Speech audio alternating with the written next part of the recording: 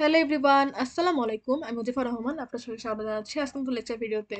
আজকে আমরা দেখব সফটওয়্যার ইঞ্জিনিয়ারিং এর চ্যাপ্টার 4। তো চলুন শুরু করা যাক। তো ফার্স্টে আমরা দেখব ওয়াটারফল মডেল।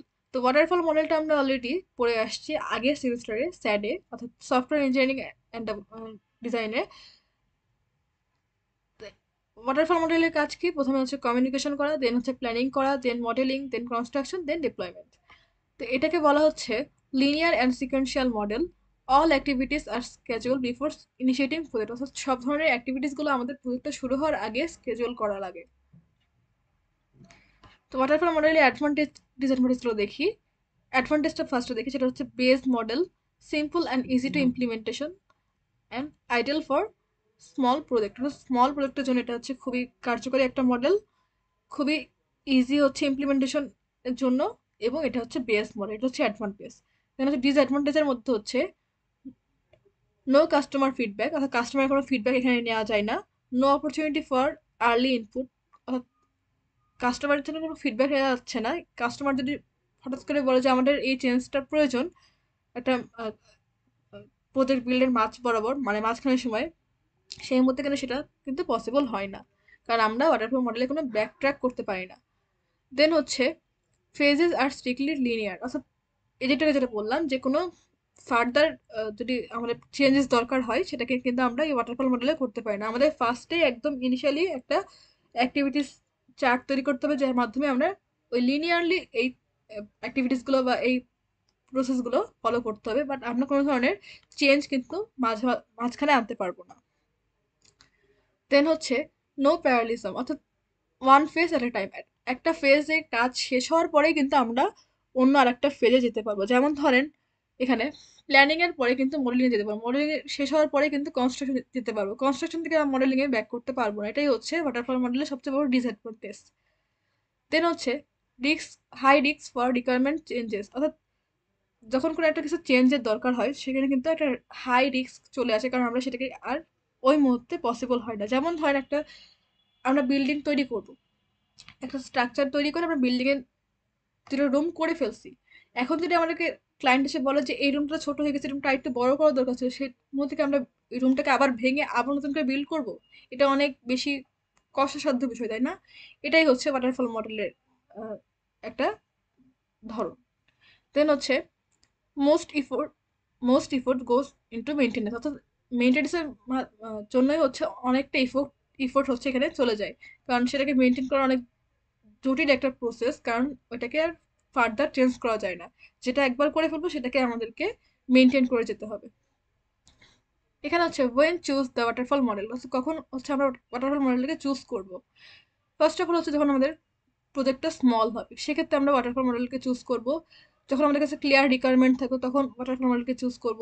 যখন আমাদের সিম্পল টাস্ক থাকবে সেক্ষেত্রে আমরা ওয়াটারফল মডেলকে নিব।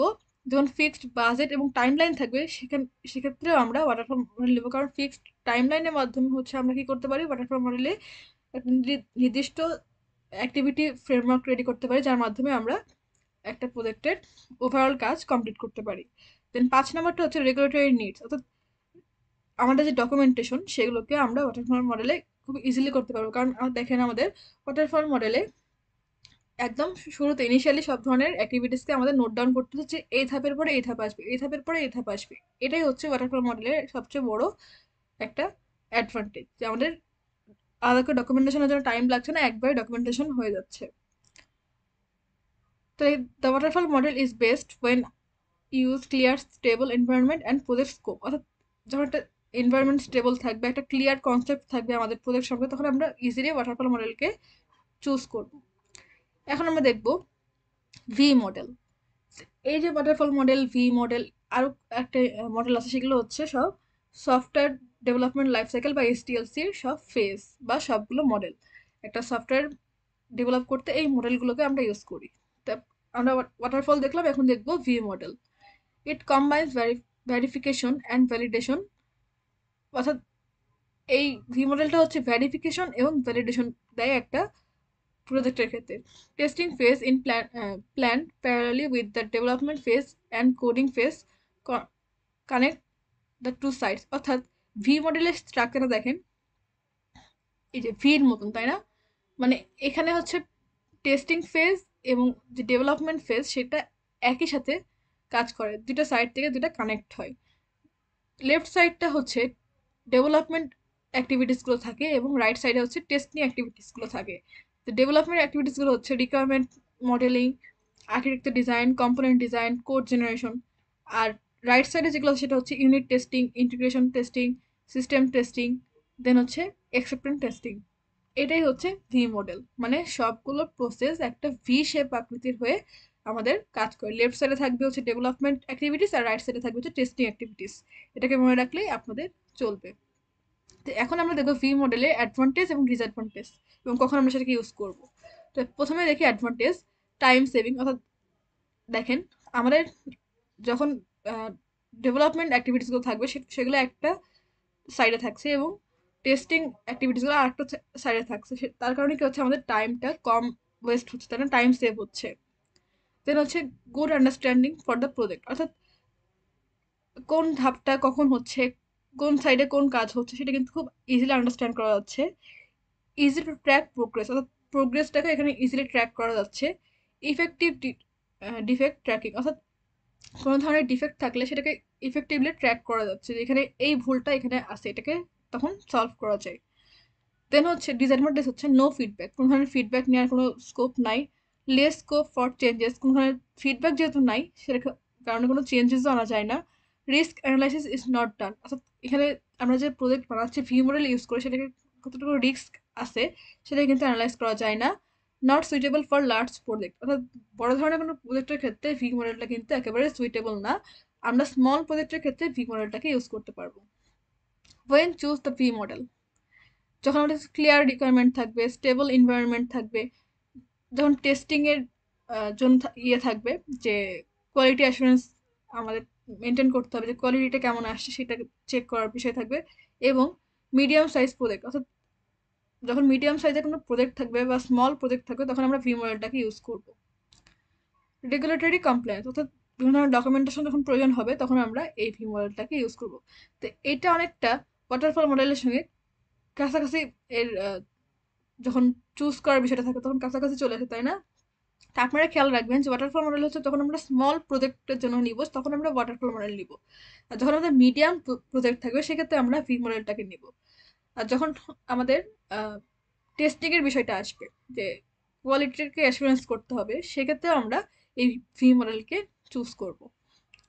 এখন আমরা দেখব incremental model, combines linear and parallel process flow. অর্থাৎ এই ইনক্রিমেন্টাল মডেলে হচ্ছে লিনিয়ার প্রসেস ফ্লো এবং প্যারালাল প্রসেস ফ্লোর হচ্ছে দুটার কম্বিনেশনে তৈরি হয়। আমরা প্রসেস ফ্লো এর আগের চ্যাপ্টারে পড়ে আসি, তাই না? দেন হচ্ছে deliverables, each phases produce usable increment for software, অর্থাৎ প্রতিটা ফেজে হচ্ছে ইনক্রিমেন্ট হয়। ইনক্রিমেন্টেশনের মধ্যে আছে দেখেন আর্লি ইনক্রিমেন্টস রিকোয়ার ফিউ রিসোর্সেস, খুব কম রিসোর্স ইউজ করে হচ্ছে সেটাকে ইনক্রিমেন্ট করা যায়। If the core product is successful more staff can be add for subsequent increment, অর্থাৎ খুবই আহ, কম প্রোডাক্ট যদি কোনো একটা কিছু সাকসেসফুল হয় সেক্ষেত্রে আমরা সাবসিকুয়েন্টের মাধ্যমে হচ্ছে আরও ইনক্রিমেন্ট করতে পারি এই মডেলের মাধ্যমে। This model allows to graduate in gradual in development and flexibility based on user feedbacks, অর্থাৎ এই মডেলটা হচ্ছে ডেভেলপমেন্টের পর সেটা ফ্লেক্সিবিলিটিটাকে বেস করে ইউজারের ফিডব্যাকটাকেও সে আউটকাম হিসেবে আমাদের সামনে দেয়। প্রথমে দেখেন আমরা এখানে কি হচ্ছে রিকোয়ারমেন্টটাকে অ্যানালাইজ করছি, দেন সেখানে হচ্ছে কি হচ্ছে ধরেন অনেকগুলো জিনিস তৈরি করছে, বিল্ডিং 1, বিল্ডিং 2, বিল্ডিং 3, এভাবে তো বিল্ডিং এন পর্যন্ত তৈরি করছে। সেখানে কি হচ্ছে ডিজাইন অ্যান্ড ডেভেলপমেন্ট হচ্ছে, তারপর সেটাকে টেস্টিং হচ্ছে, তারপর সেটাকে ইমপ্লিমেন্ট করা হচ্ছে। সেমভাবে বিল্ডিং 2 ক্ষেত্রেও সেটা করা হচ্ছে, development and design, testing, implementation, এবং সেভাবে চলতে চলতে বিল্ডিং এন পর্যন্ত কিন্তু সেম একটা লাইফ সাইকেলই ইনক্রিমেন্টাল লাইফ সাইকেল এখানে করা হচ্ছে। তো এটাই হচ্ছে ইনক্রিমেন্টাল লাইফ সাইকেলের একটা মডেল এবং এটাকে বলা হয় the incremental model.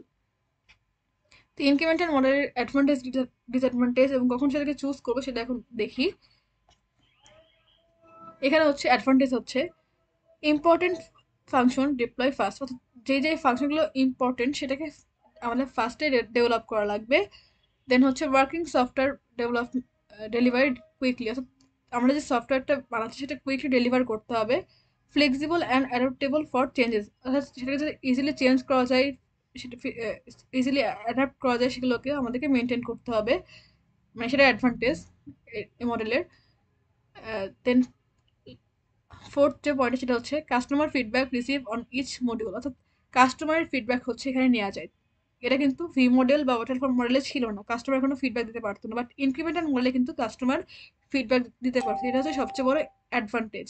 Then 5 number যে অ্যাডভান্টেজ সেটা হচ্ছে progress can be easily measure, অর্থাৎ আমাদের যে ইনক্রিমেন্টাল মডেলে প্রোগ্রেসটা কেমন হচ্ছে সেটা ইজিলি মেজার করা যায়, তাই না? ডিসঅ্যাডভান্টেজ হচ্ছে কন্টিনিউয়াস ম্যানেজমেন্ট রিকোয়ার, অর্থাৎ এই যে আমাদের কাস্টমার ফিডব্যাক নিয়ে সেটাকে চেঞ্জ করা লাগতে পারে, বা প্রোগ্রেসটা কতটুকু হচ্ছে না, এটা একটা ম্যানেজমেন্টের বিষয় আসতে পারে, সেটা হচ্ছে ডিসঅ্যাডভান্টেজ। অনেকবার মানে ম্যানেজমেন্টের কাজটা এখানে বেশি করা লাগে। দেন হচ্ছে total cost is higher, waterfall model V মডেলে কিন্তু কস্ট কম ছিল, বাট ইনক্রিমেন্টাল মডেলে কি হচ্ছে কস্ট বেশি হচ্ছে, কারণ তারা বিভিন্ন ধরনের ক্লায়েন্ট যখন ফিডব্যাক দিবে সেক্ষেত্রে চেঞ্জ আসবে, বিভিন্ন ধরনের আপডেট করা লাগতে পারে, এই জন্য এটার কস্টটা বেশি হয়ে যাচ্ছে। তো কখন আমরা ইনক্রিমেন্টাল মডেলকে চুজ করব? যখন হচ্ছে আমাদের কমপ্লেক্স প্রজেক্টকে বিল্ড করতে হতে পারে, খুব তাড়াতাড়ি ডেলিভারি করা লাগবে সেই প্রজেক্টে, তখন আমরা ইনক্রিমেন্টাল মডেলকে চুজ করব। যখন হচ্ছে ইউজার ফিডব্যাক দিবে সেরকম একটা প্রজেক্ট তৈরি করা লাগতে পারে, সেক্ষেত্রে আমরা প্রজেক্ট তৈরির ক্ষেত্রে ইনক্রিমেন্টাল মডেলকে চুজ করব। ফ্লেক্সিবিলিটির বিষয় থাকলে সেক্ষেত্রে আমরা দেখতে পাচ্ছি যে ওয়াটারফল মডেল বা ফ্রি মডেলে ফ্লেক্সিবিলিটি নাই, তাই না? সেক্ষেত্রে আমরা ইনক্রিমেন্টাল মডেলটাকে চুজ করব। দেন হচ্ছে রিসোর্স অ্যালোকেশন, অর্থাৎ রিসোর্সকে বিভিন্ন ধরনের মানে মানে কি বলবো, বিভিন্ন জায়গা থেকে আমরা অ্যাড করতে পারবো, বিভিন্ন চেঞ্জ করতে পারবো, সেক্ষেত্রে আমরা ইনক্রিমেন্টাল মডেলকে চুজ করব। তো এটাই হচ্ছে ইনক্রিমেন্টাল মডেলের কখন আমরা চুজ করতে পারি সেটার একটা ধারণা।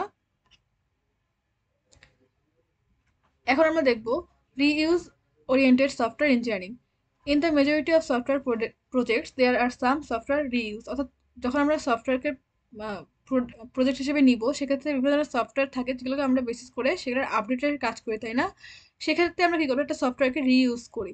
Reuse oriented software engineering has the obvious advantage in reducing the amount of software to be developed and so reducing cost and risk, অর্থাৎ যখন আমরা একটা সফটওয়্যারকে রিইউজ করছি সেক্ষেত্রে কি হচ্ছে আমাদের একটা কস্ট থাকছে এবং একটা রিস্ক থাকছে, যে আমরা যে আগে যে প্রজেক্টটাকে রিইউজ করছি সেটা ঠিকঠাকভাবে রান করবে কিনা, বা সেটার যে ক্লায়েন্ট স্যাটিসফ্যাকশন ছিল সেটা ফুলফিল করা যাবে কিনা। তো এই যে রিইউজ ওরিয়েন্টেড সফটওয়্যার ইঞ্জিনিয়ারিং এর ধাপগুলো হচ্ছে প্রথমে রিকোয়ারমেন্ট স্পেসিফিকেশনে কাজ করতে হবে, দেন হচ্ছে কম্পোনেন্টগুলোকে অ্যানালাইজ করতে হবে, যে কোন কোন কম্পোনেন্টস আগের সফটওয়্যারে ছিল যেটাকে আমরা রিইউজ করছি সেটাকে অ্যানালাইজ করতে হবে। দেন হচ্ছে রিকোয়ারমেন্ট মডিফিকেশন করতে হবে, যে কেন আমরা সেই সফটওয়্যারটাকে রিইউজ করছি, কারণ সফটওয়্যারটা অলরেডি এক্সিস্ট করছে, তো কী কী মডিফিকেশন রিকোয়ারমেন্টে আছে সেটাকে আমাদের অ্যানালাইজ করতে হবে।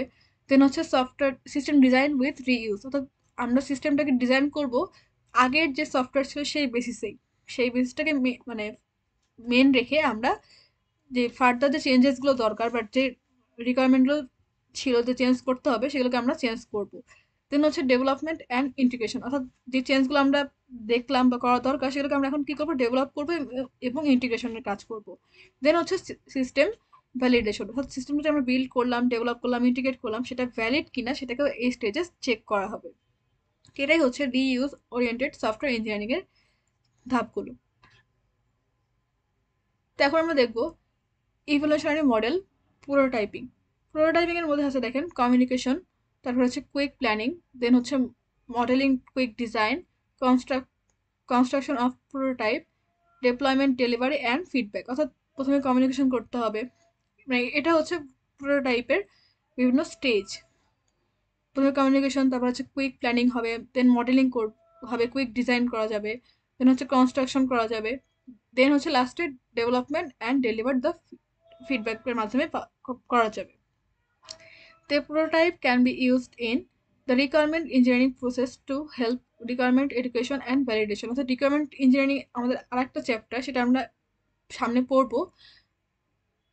রিকোয়ারমেন্ট ইঞ্জিনিয়ারিংয়ে কী হয় যে আমাদের বিভিন্ন ধরনের ক্লায়েন্টের রিকোয়ারমেন্টগুলোকে অ্যানালাইজ করা লাগতে পারে, সেই সম্পর্কে আমাদের মানে ক্লায়েন্টের যে রিকোয়ারমেন্ট সেটা ভ্যালিড কিনা বা ইনভ্যালিড কিনা সেটা সম্পর্কে আমাদের স্টাডি করতে হয়, এটাই হচ্ছে রিকোয়ারমেন্ট ইঞ্জিনিয়ারিং। তো এই প্রোটোটাইপের মাধ্যমে আমরা সেই রিকোয়ারমেন্ট ইঞ্জিনিয়ারিংয়ের যে রিকোয়ারমেন্ট এক্সপ্লেশন বা সেটা ভ্যালিড কিনা সেটাকে আমরা চেক করতে পারবো। In design process the explore options and develop a UI design. অর্থাৎ এই প্রসেসের মাধ্যমে আমরা একটা অপশন ক্রিয়েট করতে পারবো যার মাধ্যমে আমরা ইউজার ইন্টারফেসকে ডিজাইন করতে পারি।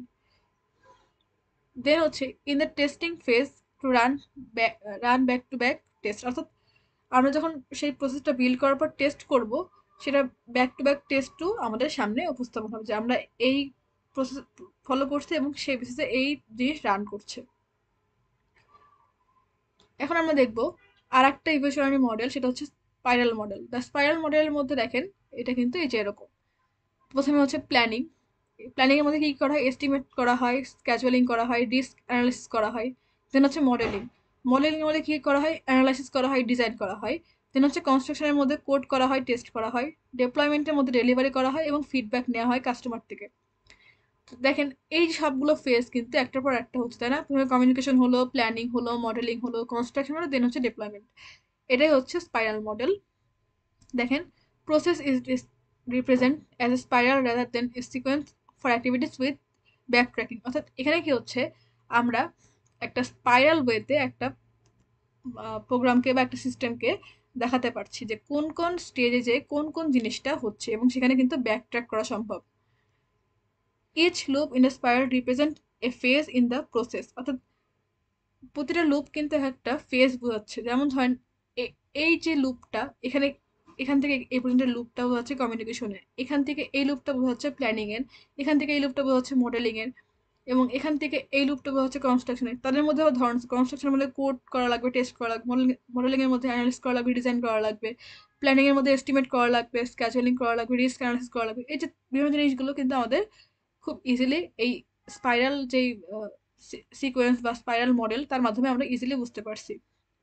আর লাস্ট পয়েন্ট হচ্ছে রিস্ক অ্যাসেসমেন্ট অ্যান্ড রিডাকশন। অর্থাৎ এই যে মডেলটার মাধ্যমে আমরা রিস্ককে অ্যাসেসমেন্ট করতে পারি, মানে রিস্ক কতটুকু আছে বা কি কি রিস্ক থাকবে, যখন আমরা এস্টিমেট করব বা অ্যানালাইসিস করব মডেলকে, তখনই আমরা এই প্রোগ্রামের বা সিস্টেমের কতটুকু রিস্ক থাকতে পারে সেটাকে অ্যাসেস করতে পারবো, সে অনুযায়ী সেটাকে রিডিউস করতে পারবো, মানে সেটাকে আমরা রিস্কটাকে ঠিক করে ফেলতে পারবো।